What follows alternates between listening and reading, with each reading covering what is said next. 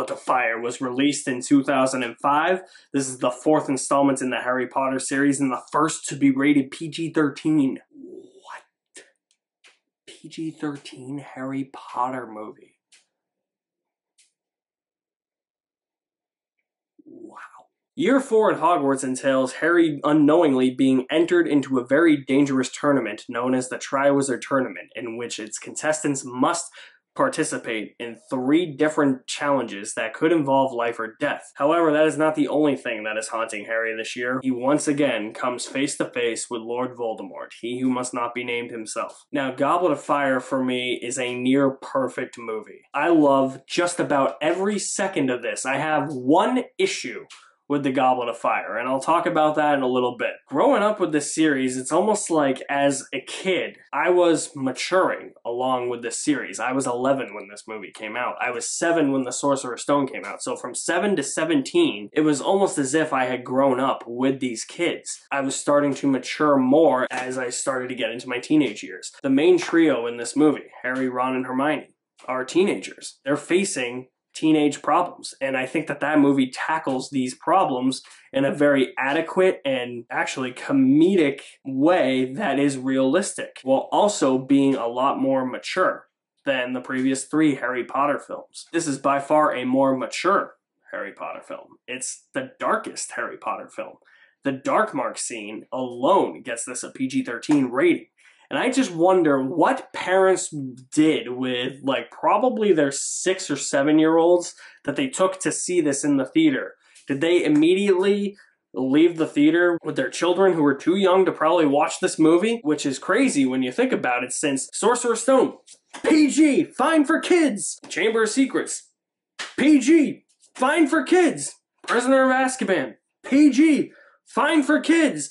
Goblet of Fire, PG-13. Making this a PG-13 movie was probably a risk, and I'm not 100% sure if the producers were 100% on board with that, because the Dark Mark scene feels like it is a trial run to darker things they can do not only later on in this movie, but later on in this series. And it felt like we were getting away from more family-friendly oriented adventures with this trio to more mature and dark themes that will take precedence in the series later on.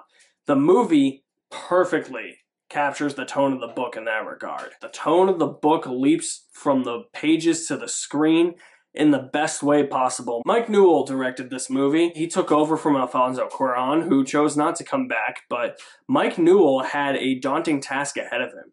He had to make the most action-packed Harry Potter movie, and this is by far the most action-packed Harry Potter movie.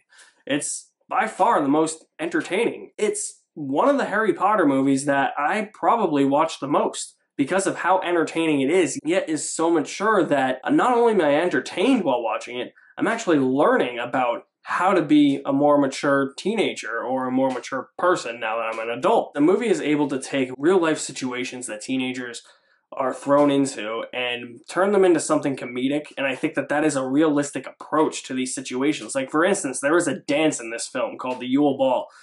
Harry and Ron are trying to get dates. They keep getting rejected by a bunch of girls, and they're like, how the hell do we do this? Do we just go up to them and ask them out? And why do they always have to be standing around each other? Why do they have to travel in packs? And how are you supposed to get one on their own to ask them?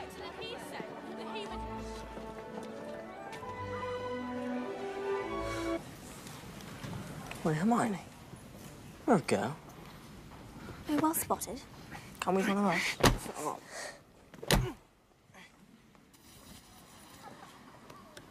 I also love how Neville just gets so into the dancing. It's really funny. The comedy goes so overlooked in the Goblet of Fire. I never see the comedy in this movie talked about, sprinkled throughout enough, where it can actually make you forget that this movie has a lot of mature content in it. When it does get comedic, it is like you are going back to the tone of the first 3 movies, but I think that that is actually an advantage that this movie has. It is able to revel in its comedic moments while also revel in its more mature and serious moments as well. Considering the fact that a lot of this movie was filmed in front of a green screen. Many of these Harry Potter movies were. Believe it or not, for a mid-2000s movie, this is still damn impressive today. You can't even tell that this thing was filmed in front of a giant green screen on a soundstage, probably at Pinewood Studios, or actually I think it's Leavesden Studios, where they filmed all the Harry Potter films, and the backgrounds and the creatures are just filled with CGI. It's mind-blowing to this day how good it still looks for a movie that came out in 2005, because at this point in time, most movies were still trying to figure out how to incorporate perfect CGI. They took all the time and care that they could to polish up the CGI in this movie. I was watching some special features on this rewatch of the series, and I was really confounded, even for the first 3 movies, about how much of these movies are actually filmed in front of a green screen. I thought a lot of these were shot on location, and I mean, obviously, like, the first task is going to be filmed in front of a green screen, like a dragon chasing Harry on a broomstick.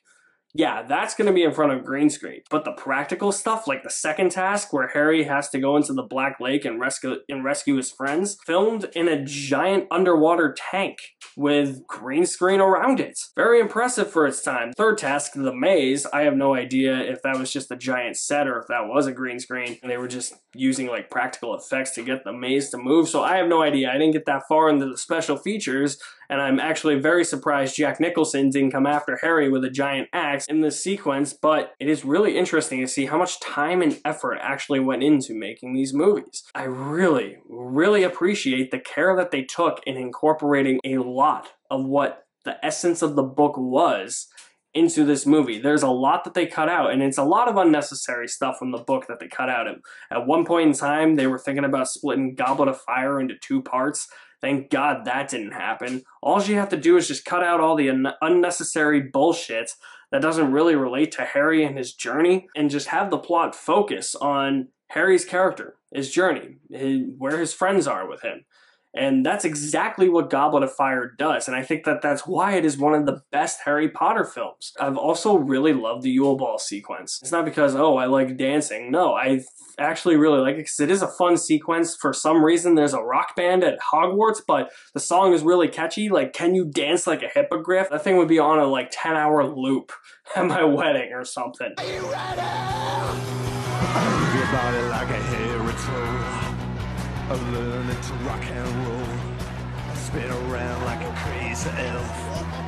A dancing by himself. A boogie down like a unicorn. A no stopping till the break of dawn. I put your hands up in the air. Like an ogre, just don't care. Can you dance like a hippogriff? Mama, mama, mama, mama, mama. Rotting pumpkinhead, isn't he? I don't think it was the books that had him going to the library. May I have your Arm, leg, I'm yours. That was not in the book, but there are certain scenes that aren't in the book that they write specifically for the movie, and they work. They work within the flow of the narrative. If somebody who hadn't read the books before watched this movie, you would probably guess that some scenes that were added in specifically for the movie were in the book. As I've said before, this movie does a great job at condensing a very large book into a 2.5-hour movie. And with that, it does a great job at condensing multiple events in the book into one event in the movie. For instance, when Harry sees Igor Karkaroff on trial in the Pensieve, that is actually 3 separate trials in the book. They condensed it into one trial and combined all 3 trials into that one scene to get the movie to flow quicker, and you get all the necessary information you need in a perfectly paced, well thought out scene that is impeccably made. They pulled it off. As I said at the open of this video, I have one issue with the Goblet of Fire that keeps this from being a perfect Harry Potter film. The first 15 to 20 minutes have really, really brisk pacing. It feels like things are breezed over, and the movie in those first 15 to 20 minutes, it feels like you as an audience member is catching up with what is going on. People say the pacing for The Rise of Skywalker is bad.